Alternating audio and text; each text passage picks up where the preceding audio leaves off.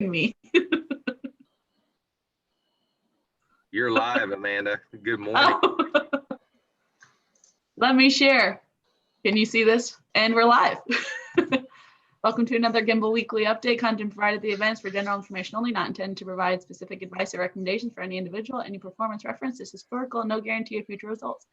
All indices are unmanaged and may not be invested into directly, in any economic forecast set forth there in the event may not develop as predicted. There can be no guarantee that any strategy will be successful. These thoughts and opinions are those of Gimbal Financial, do not represent the views of LPL Financial.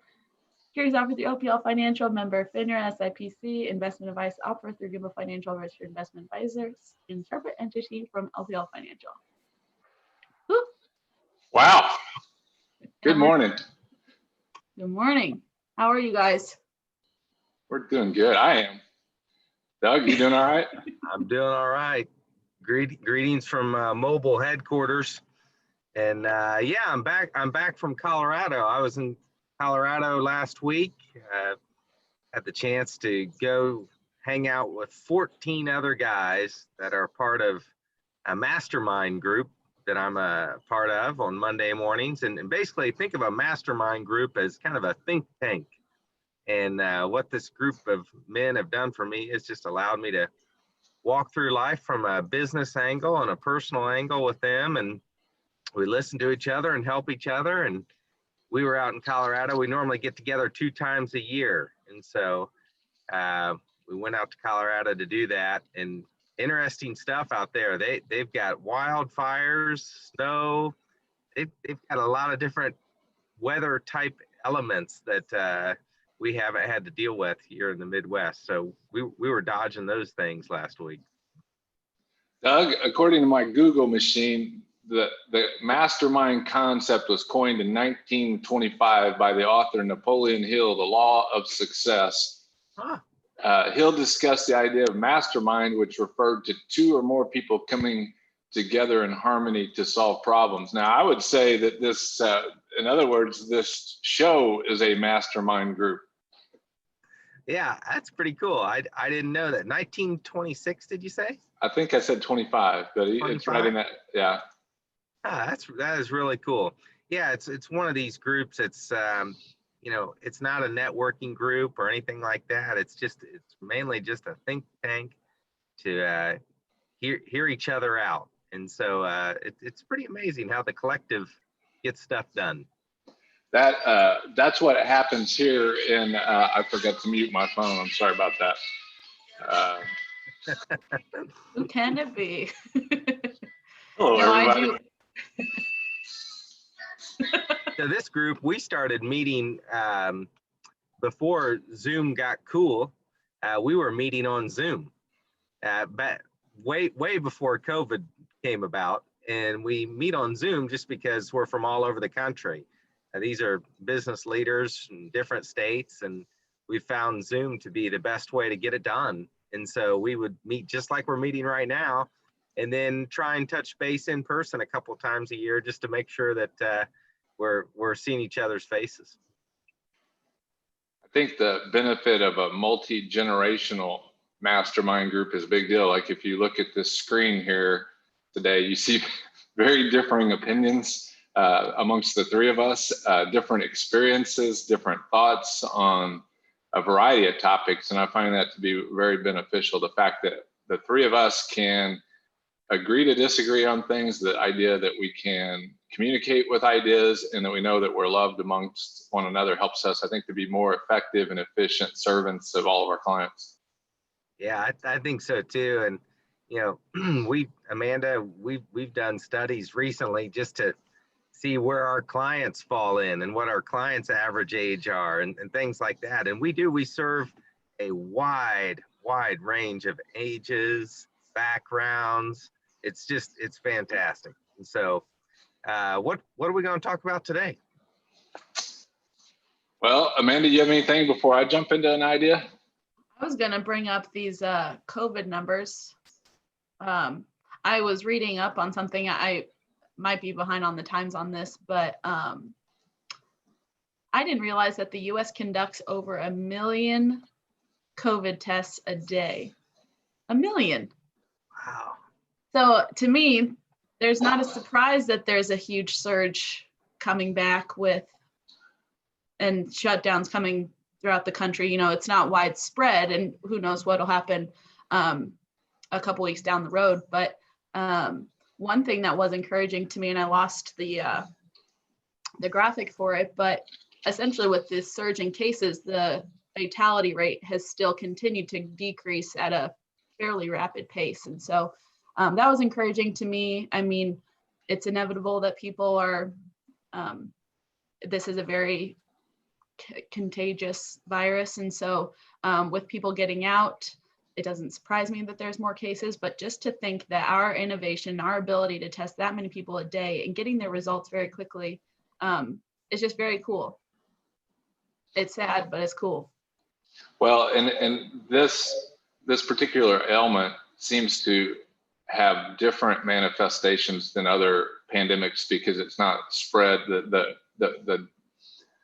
death numbers are not spread in a traditional way, that they're very discriminatory towards the elderly. And I was in North Carolina last week and had an opportunity to meet with a young soldier, and I was just asking him what the military, or at least in his area, thinks about it. And his platoon was about 90 soldiers, and at one point in time 80 of them were tested positive with COVID with basically no symptoms whatsoever. So the attitude towards those 20-year-olds towards the COVID is going to be a lot different than, say, a 75 or 85-year-old, because it definitely is much more dangerous to them. Yeah. Yeah, that's a good word. It's going to be a challenge to see what happens. I think some of the activity in the market this week was concerned that people thought that maybe other states, are, because the numbers might be spiking up, are going to lock down the communities, which I'm not a big advocate of. I think we're all grown adults and can lock ourselves down appropriately, but there's a lot of damage being done to our economy by those lockdown situations. And but at the same time, I realized that as we're coming into the cold flu season, there's going to be a lot of anxiety probably in the next 6 months, because the symptoms of a normal cold or a normal flu are very similar to the COVID. And so, I even went through it with allergies a few weeks ago. Is that my allergy symptoms were very similar, and as the day went on, my allergy symptoms would go away. So that confusion will lift people's anxiety levels, I think. Absolutely. Yeah. Well, I'll jump into just some thoughts that are a little kind of difficult to cover.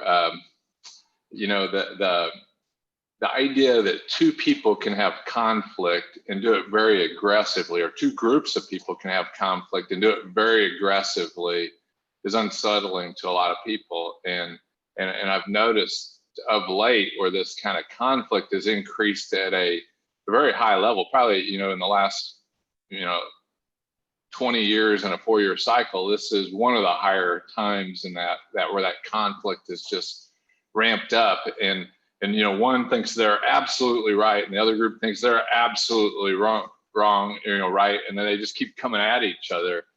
And I grew up in a house where we didn't have a lot of, or conflict wasn't embraced. But this conflict, I think, if you can kind of keep a sound mind about the conflict, that there's a positive outcome in it. And I just want to kind of share my screen and kind of show you a thought on that.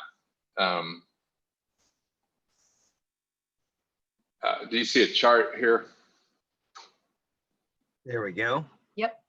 Yeah. This conflict is between buyers and sellers in the market. Every single transaction that takes place in the market, there is a buyer and a seller, and they absolutely disagree with the other. If I'm trying to sell, I'm going to believe that I'm right and that I'm selling at the high price. And if I'm going to buy, I adamantly am taking my money and putting it where my mouth is, and I'm going to buy at that point in time. The SIBO volatility gives you an indication of how volatile the market is out there. It's not a perfect science, but the normalization of volatility on this gauge should be well below this 20 level here. It should be in that level. And then we saw the pandemic kick off and took this thing from below 20 all the way up to 85. and that number hasn't been hit but a couple times in the last 20 years. It hasn't been up that high.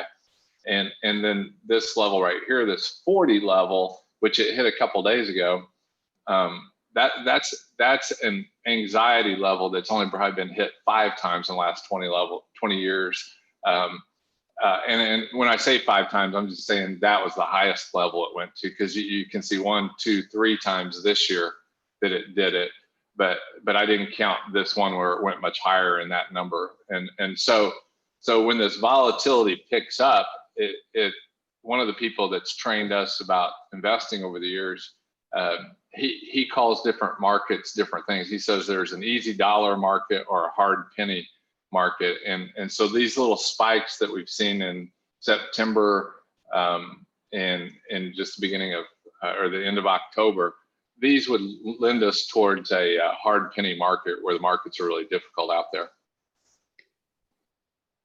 We lose a driver. We lost Doug. But no, yeah, I think especially, so you were just showing it this week in particular, probably with either the spike in COVID or the with the election just 4 days away, we have creeped up. But I mean, just looking at that chart, you said that even the spike we've just hit this week has only been hit so many times in the last 20 years, but it doesn't look anywhere remotely close to the height of.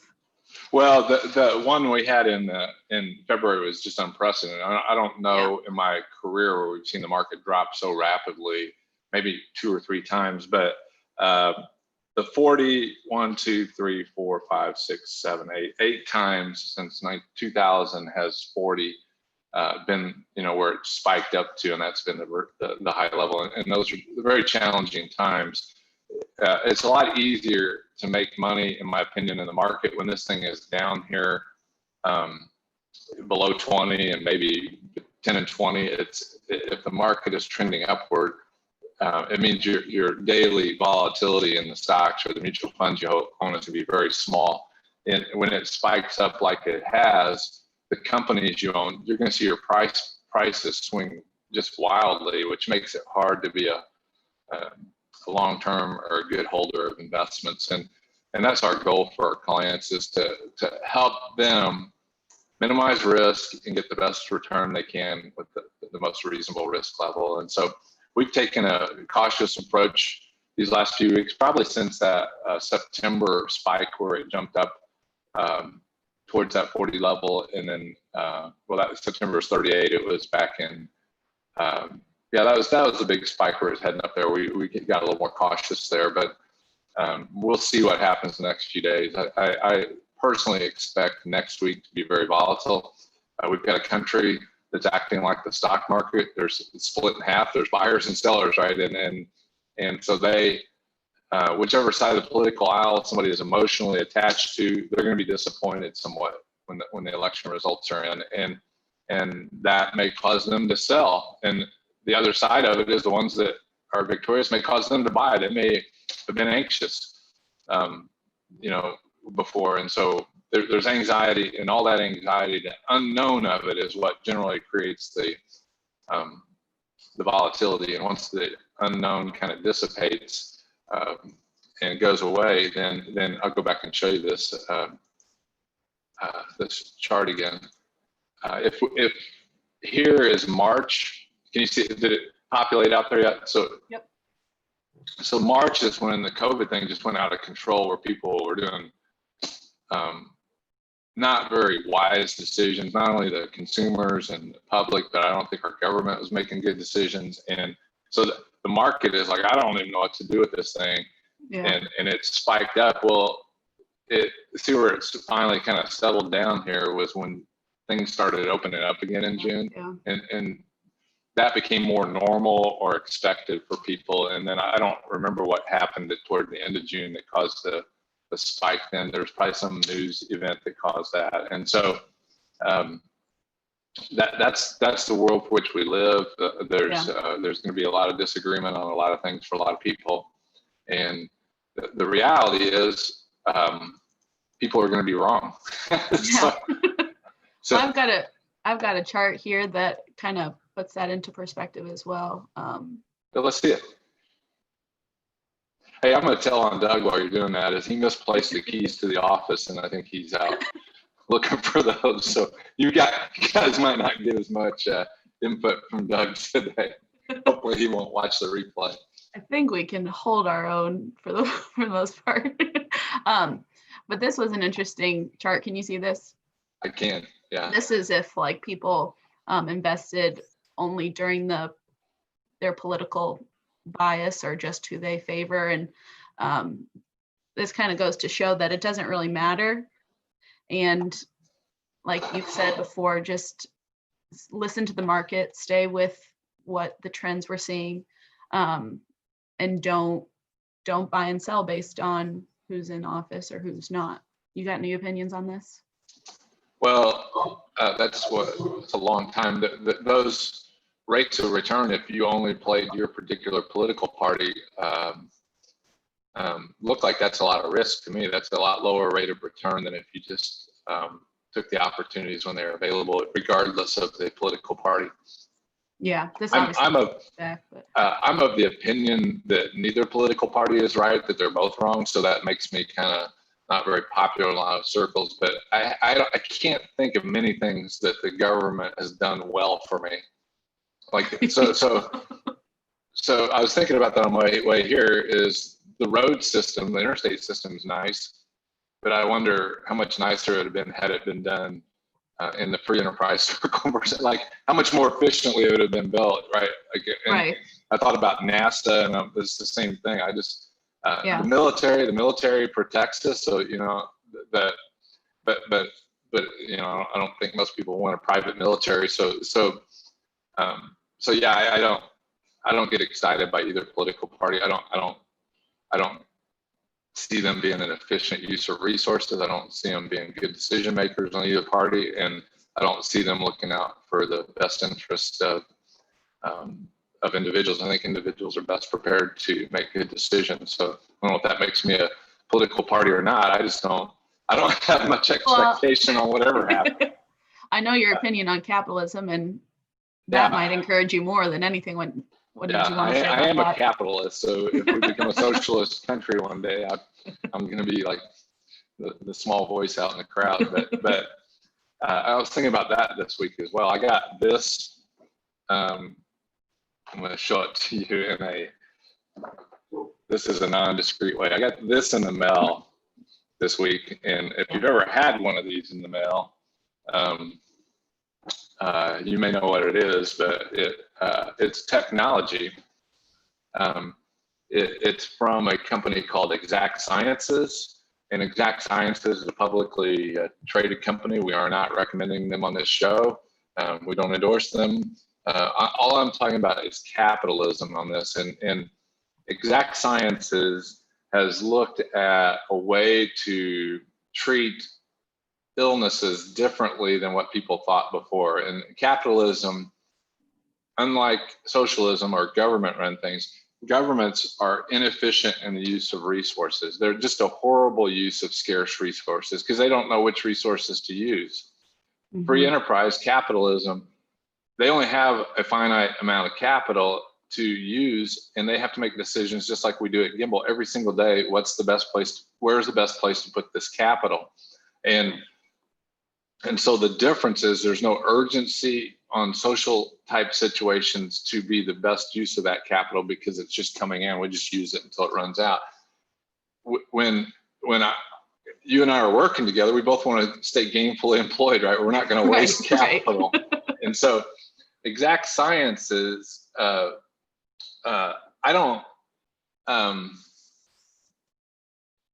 just going to say it, that this organization may have saved my wife's life last year, and I like almost get teared up about it. Yeah.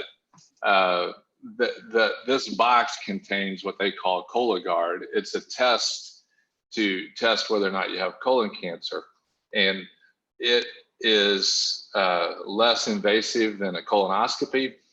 It's pretty effective. It's pretty accurate, and so what they have effectively done is maybe reduce the business that might go to a enterologist who does the colonoscopies by just testing for the basic markers that show this cancer. And so they were able, probably June of 19, the county took this test to identify there was something wrong that required the colonoscopy. And so that simple test got us a jump on things. And so with colon cancer, early discovery increases the probability of success, for which we are thankful. We came through all that in April with great success. And so that would not have been invented, I don't think, by our government. I don't think that Cologuard would exist in a socialized kind of situation. Whereas capitalism, since that spike in volatility in March, that volatility, that uncertainty forced people out of their offices, right? Right. And Gimbal was not using Zoom to kind of stay in contact with our clients and others with this technology. We knew that if we didn't, we would not be competitive in our marketplace, right? So we took training, we marketed this thing, we did all kinds of things to try to figure out how to be experts in Zoom, and it was driven by capitalism.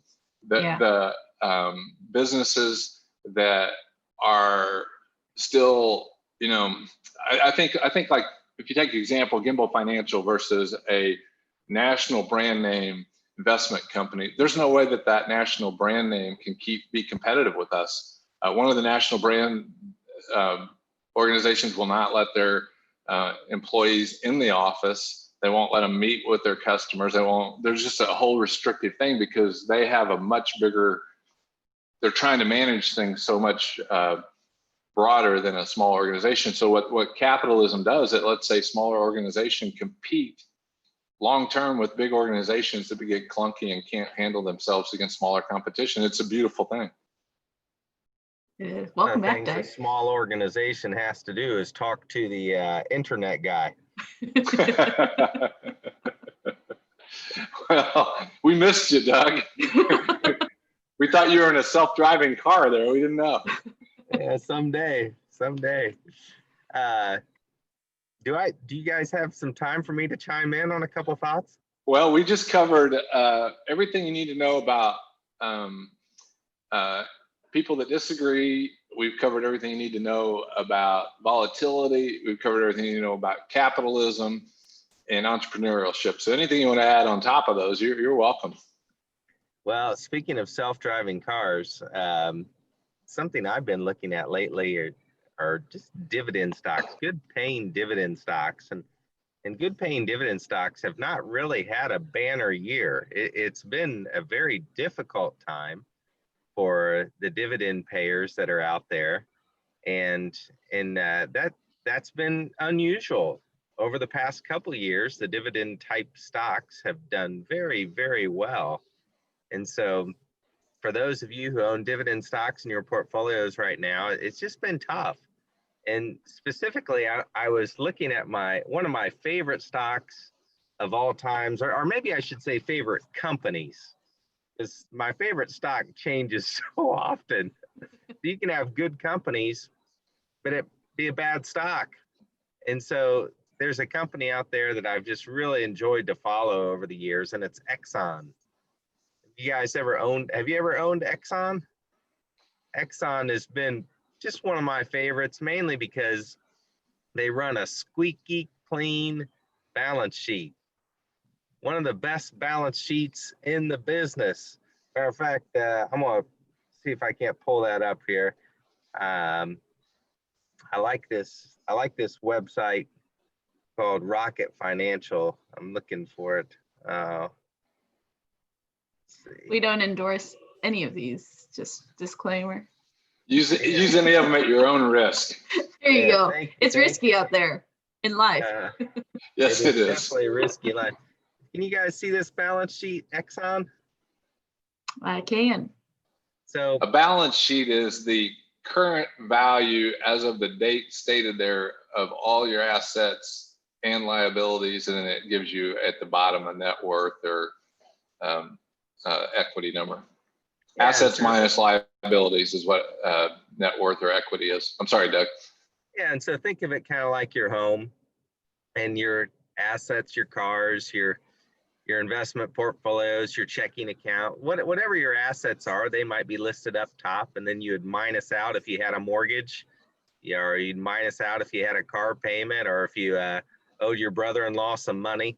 You'd put that under your liability section, and then whatever was left over was what you really have. And that's the same thing with a publicly traded company, is they keep track of assets and liabilities. Hey, Doug, do you know what you call a brother-in-law who loans you money? Well, I know what you could. Well, go It's ahead. a distant relative. I was going to say, there's another one. It's like, do you know what it's called when you loan your brother-in-law money? No, what? A gift. Exactly. I didn't mean to interrupt you. It's that ADD Nothing thing. against my brother-in-laws, just in case you're watching this. But yeah, and so when you look at a balance sheet, it's really great because you can see the bottom line. You can see how someone's doing. And one of the things I've always loved about Exxon is they just don't have any fluff. And there's one key ingredient of fluff that is not on here, and it's called goodwill. And goodwill is basically just maybe it could be a brand, or it could be something that's recognizable that a crafty accountant has said, hey, this is worth some money, but you can't really touch it. It'd be hard to set a value to it. And so I've always enjoyed looking at Exxon's balance sheet. Apple has a great balance sheet. And with Exxon's been one of these great dividend paying companies. And they've been part of the Dow Jones for 90 years until this year. They were replaced by Salesforce. And so several of these big blue chip meaning you recognize the name type stocks have been changing. And for the first time since the early 80s, Exxon is not increasing their dividend this year. That's a big deal. And so what we're trying to find for dividend investors are good quality names that are paying good yield. Yield's hard to find. The value line index, the average yield on the value line index is 2.2%. And that may not be real exciting to a lot of people. I understand, but it's about 2.1% better than you're going to earn in the bank. And so there's still some merit to it. So we've been paying attention to dividend stocks that have good risk reward potentials. And when you're around the dinner table for Thanksgiving and stocks come up, like they probably don't, but if they did, one of the tips from brother-in-laws is, hey, my brother-in-law owns this stock. Why don't you own this, Doug? It's so cheap. Well, we don't buy stocks that are just cheap. We want to find stocks that are growing their revenues, growing their sales, seeing traction, whether it's a growth company or a dividend company. And so that's what I've been interested in this past week is looking for good dividend paying stocks. And if you want to learn more about that or have a discussion about what's in your portfolio, give me a ring. I would really love to hear from you on it. Thanks, Doug. Yeah. The one of the local companies, I'm not going to mention the name, that it was known to pay a pretty high dividend percentage, was trading for $228 a share less than 3 years ago. And you can buy all you want of it today for $61. And it takes a long time to make up those kind of dividends, like for dividends to make up that kind of capital loss. And so that's just it, is I hear feedback of, hey, they've got such a great dividend. I don't want to sell it. They've got such a great dividend. And that's exactly what you're describing, Keith. The price fluctuation can really eat a hole in your asset. And you would have been glad to have skipped those dividend payments. Well, this particular stock we covered on Curious Investors a couple of weeks ago. And if you're a curious investor, we'd love for you to join us on Saturday mornings and see what we're talking about. We're getting more in the nuts and bolts of specific investing, which most of you hire us to do, but we're working with young investors, helping them understand the markets a little better. But you're No young age at heart. discrimination. Yeah, you're young at heart. Curious. So join us. Yeah. And I referred this program out to a 46-year-old guy the other day. There you go. He is a curious investor, and he's got some great ideas that he wants to think through. So yeah, no matter your age, if you're a curious investor, join in. Yeah. Thank you, guys. I think we're out of time, aren't we, Amanda? That went fast. I think we are. Sorry, It guys. did. Hey, we're just happy to see you. Have a great weekend. Thanks, guys. Bye-bye.